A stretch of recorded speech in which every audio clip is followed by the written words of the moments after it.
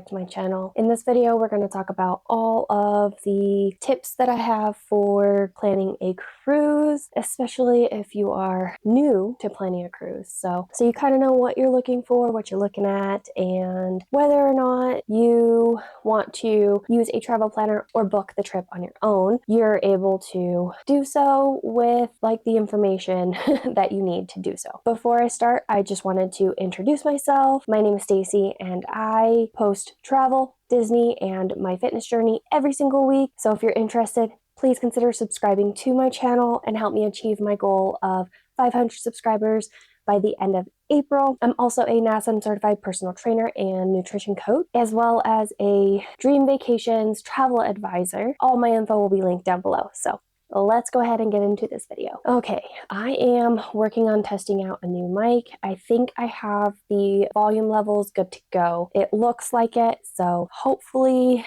it comes across okay, but if not, bear with me. I'll be adjusting things, adjusting it throughout in the next several videos just to make sure we are good to go. So let's get into these tips. So my very first tip, I have three main tips, but here's my first one. So cruise planning is actually a lot easier than you'd think, because oftentimes you're looking at trips that are already like planned out for you.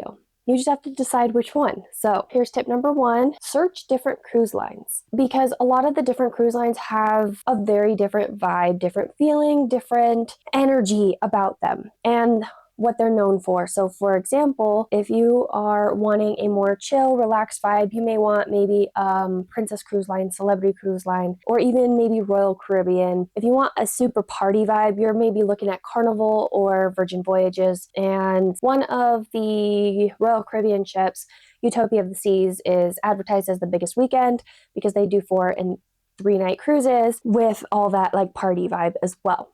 However, with that being said, the cruise lines do such a really good job of trying to appeal to the masses. So whether or not there is this party going on somewhere on the ship, there's going to be other activities somewhere else where if you're not wanting to party, you're going to be able to enjoy your cruise and find something that you will enjoy. So a good starting point is kind of looking at, okay, what kind of vibe do I want? Also price point. So Carnival and Royal Caribbean are going to be like your more affordable ones. And then Celebrity, Princess are going to be a little bit more expensive from there.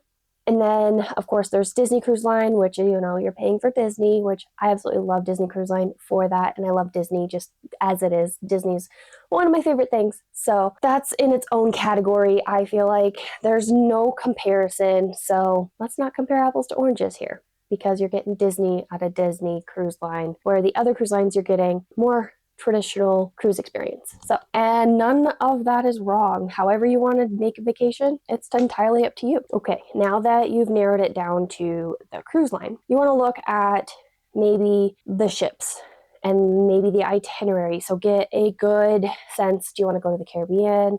Do you want to go to Alaska? Are you wanting to do a European trip and travel abroad? Narrow it down to kind of the generalized location you want to go to, and then start looking at the ships. A lot of the ships have so many different amenities. For example, I'm going on the Carnival Celebration here in the next month, and there's a roller coaster, tons of water slides, a ropes course, so many food options on this ship. The ship itself could be an attraction. The newest Disney Cruise Line ship that's coming out in November of this year, the Disney Adventure, which is sailing out of Singapore, it is essentially a attraction in itself. It's only doing sea day type itineraries, so like an out to sea for a few days and then back to Singapore. The ship itself is the attraction. So you could look at that, or if you're really wanting to kind of maybe budget, it's your first cruise, not sure like how you're going to do that kind of thing, you may be looking at older ships with maybe not as many as amenities as these newer, bigger ships, but maybe you want to explore the ports a little bit more because you've never been to those countries. So there's a variety of different ways that you can decide on itineraries and go from there. It just depends on what type of trip you want. for me, I just like cruising, so I'm happy just to be on a ship, to be honest. My biggest recommendation when you're choosing an itinerary specifically, so what ports is this ship going to, just be aware that cruise lines reserve the right to change ports at any time, to change itineraries at any time. So just remember that. So if for some reason something does get changed, it's just something to remember, like, okay, I knew this was going to happen. Now what can I do at this new port destination that we're going to? Instead of being upset, because it is just a fact of the cruise industry. That's just what they do. Sometimes it's weather related, sometimes there's damage to the port. There could be a variety of different things that affect whether or not you can go to every single port that you originally booked. So keep that in mind when booking your itinerary. It's always something to just remember and try to just work around if it does happen. For the trip that I'm going on next month, we have not seen any itinerary changes except for once. They emailed saying that the ship's leaving an hour earlier than originally planned, which, you know what, I'm totally cool with.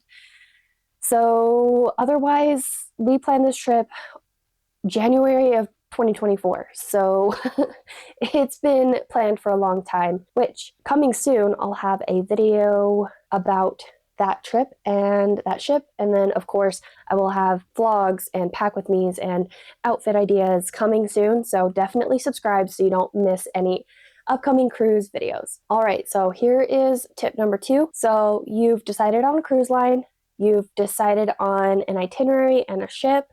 So now what do you do from here? Well, first off, you book the cruise. So one awesome thing about cruise industry and booking cruises is the further out you're able to book your cruise, you can put down your deposit.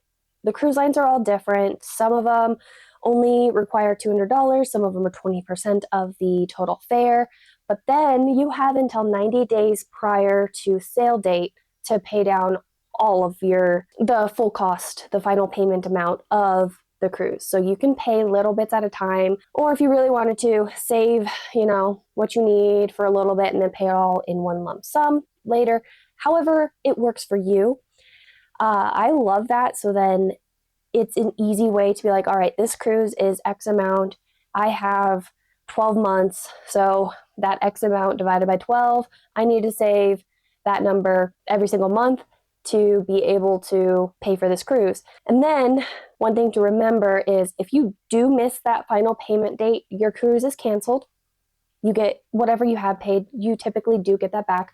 Some cruise lines are different. They might have different policies, but as of right now, I believe most cruise lines will refund that amount, the full amount, which I think is pretty cool, just in case for some reason something happened and you're just not able to go and you haven't had a chance to actually cancel it. It does it automatically if you don't pay it in full. Just also remember that. So like if you're looking forward to it and you forget your final payment, and then you might be disappointed that it does get canceled.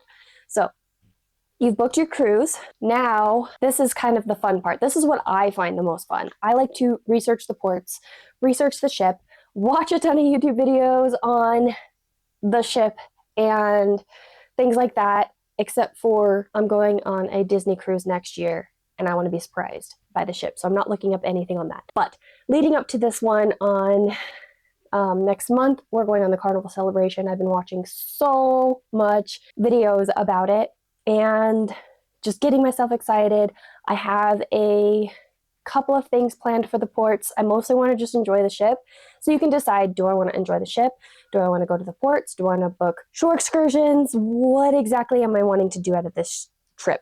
So the cruise lines will have some shore excursions that you can book through the cruise line. You're guaranteed back to the ship on time. If for some reason that shore excursion is running late, it will let the cruise line know and they will wait for you. Now, if you are booking a shore excursion through a third party, directly through whatever company that, even if it's the same company that the cruise line is using, but you book direct, it's not a guaranteed back to the ship. I mean, typically you might actually be a people who book direct or booked through the cruise line as well on the same tour. So you'll likely make it back. But my recommendation for booking outside of the cruise line is Shore Excursion Group, which I work with my travel agency, and I'll have that linked below. They also guarantee back to the ship, which is important. And also, if you choose to book totally separately, just make sure you have good time management skills and you get yourself back to the ship by all aboard. So like I said, when I am researching, there are some things I do want to be surprised about, like for the shows. Sometimes a lot of YouTubers will include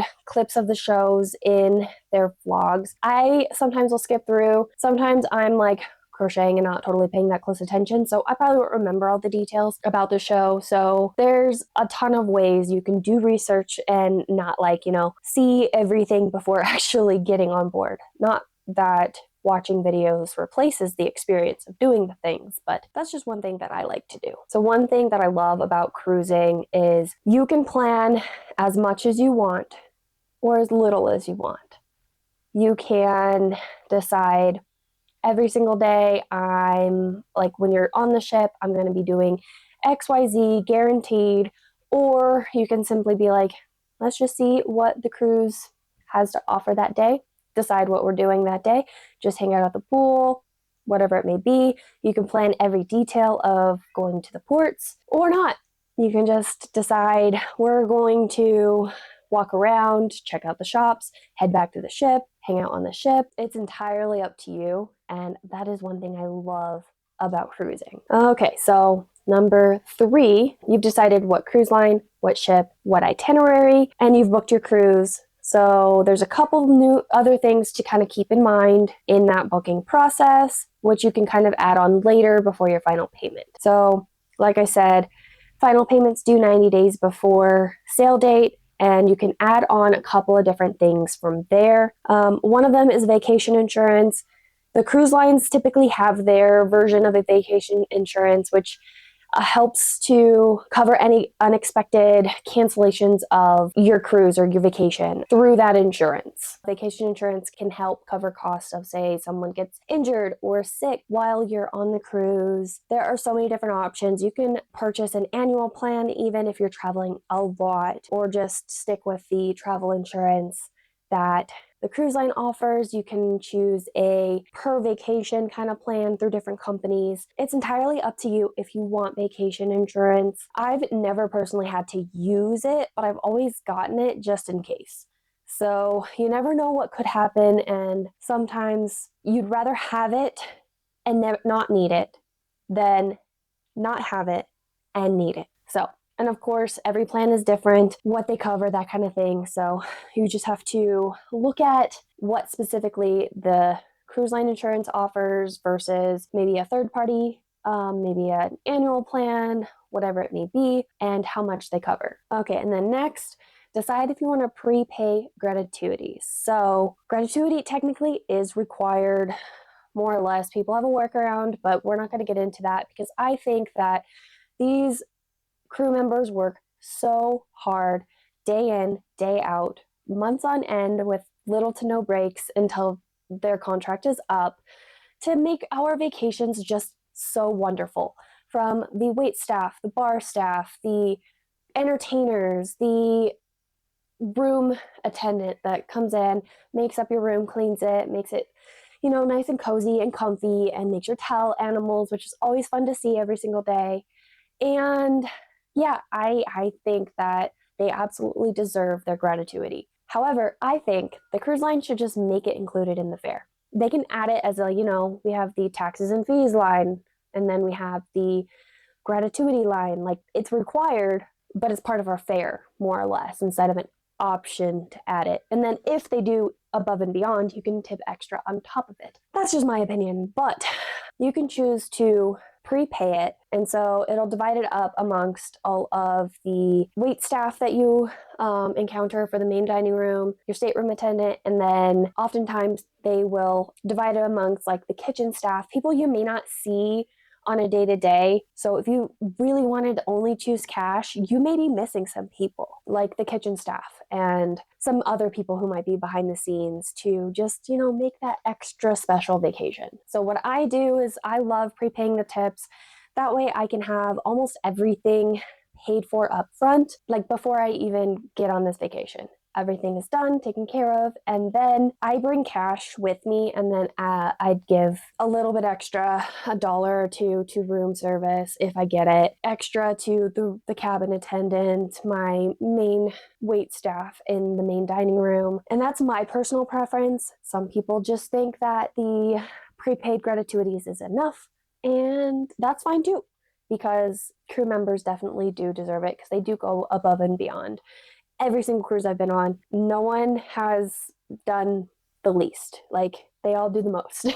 So those are my top 3 tips: how to decide what cruise line, what ship, what itinerary, how to go about, planning your trip a little bit more, doing research, and whether or not to get vacation insurance and prepaid gratuities. Those are my tips to basically just getting your cruise booked and paid for, and decide how you want to make this vacation happen and what you want to do on this vacation. Maybe you don't want to plan anything and you just want to choose all the things and just hop on the ship and just play it by ear.